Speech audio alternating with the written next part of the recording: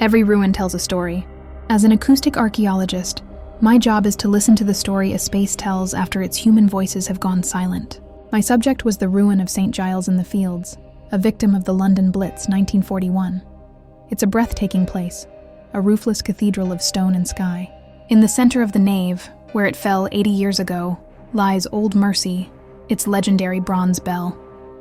My project is to analyze the bell's unique resonant properties before it's moved to a museum. The silence here is unlike any other. It's not empty. It's a heavy-weighted silence, full of the memory of defiance.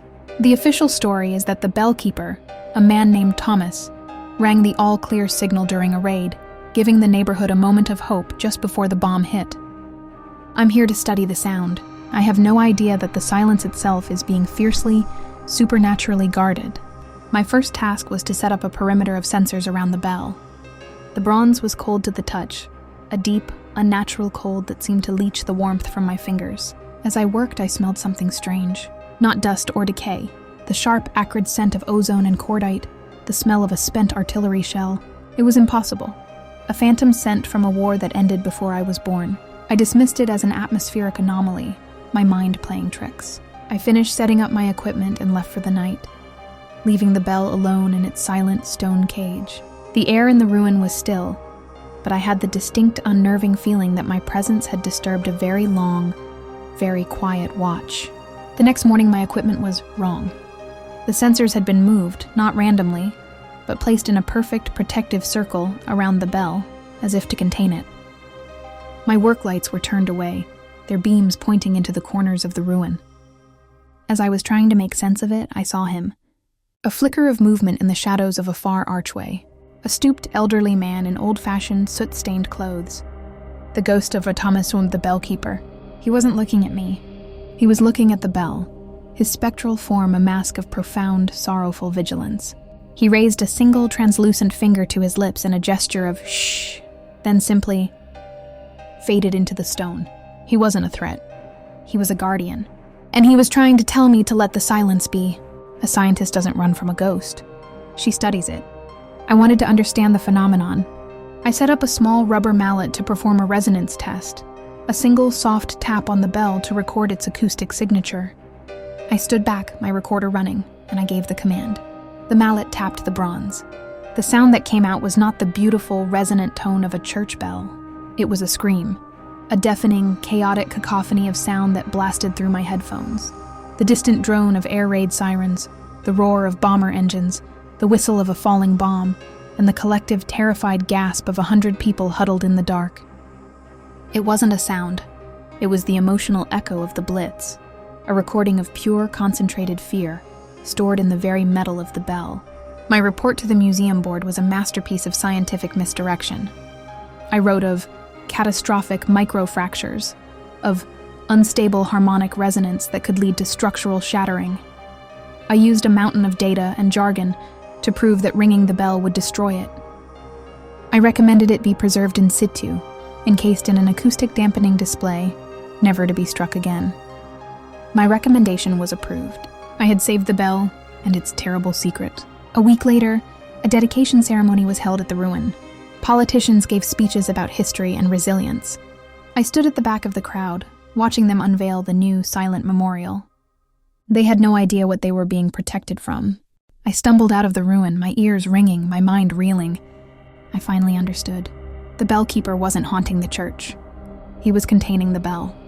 He was a ghostly sentinel, a spiritual bomb disposal expert who had spent 80 years trying to prevent that terrible sound from ever being released again.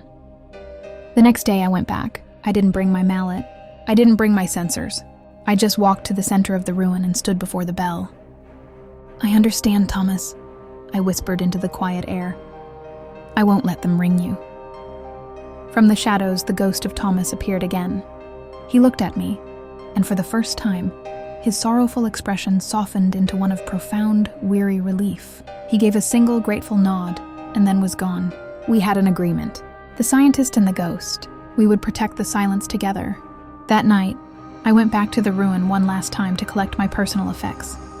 The new memorial case looked beautiful in the moonlight, the bell a silent, sleeping giant within its glass tomb. As I stood there, I felt a presence, The ghost of Thomas was standing beside the case, his hand resting gently on the glass. He wasn't a sorrowful guardian anymore. He looked peaceful. His watch was over. As a final experiment, I set up a single sensitive microphone. I wanted to hear the silence now. I put on my headphones and listened. And I heard it. Not the scream of fear, but a new sound, faint and beautiful. The sound of a single, clear, resonant bell tone, the all-clear signal, ringing softly and peacefully, on a frequency that only I could hear. It was his memory, finally free of the terror. I later found the old church records. The story was half right. Thomas, the bellkeeper, had indeed died during the raid. But not from the bomb. The records included a witness statement from a firefighter who found him. He was in the bell tower, his hand still on the rope for the all-clear signal. His heart had given out from the strain and the terror of the bombs falling around him. His last desperate act was one of pure defiant hope. He had died trying to silence the sirens of war and replace them with the sound of peace. And in death, he had continued that duty, trying to silence the echo of terror trapped within his beloved bell. He wasn't the haunter. He was the exorcist. Before I left the ruin for the last time that night, I left my recorder running, just for a few minutes. A final bass line. The next day I listened to it. It was mostly silence, but in the final second of the recording, so faint it's almost imperceptible, there's a sound. It's not a wail of fear or the all-clear tone. It's the sound of an old man's voice, a soft, weary, and deeply contented sigh. The sound of a man, a guardian, a keeper of the silence, finally going off duty. I visit the ruin sometimes. It's a park now, a quiet place of reflection. The bell sits in its silent glass tomb, a memorial to the city's resilience. I'm the only one who knows what it truly is. A psychic bomb, a vessel of pure weaponized fear, and the story of the quiet man who stood guard over it for 80 years. The city thinks they preserved a piece of history, but I know that we, the ghost and I, we preserved them. We kept the silence. We contained the scream. My job is still about listening to the stories of old places, but now I know that some stories are not meant to be told. Some echoes are so full of pain, the only humane thing to do is to let them sleep.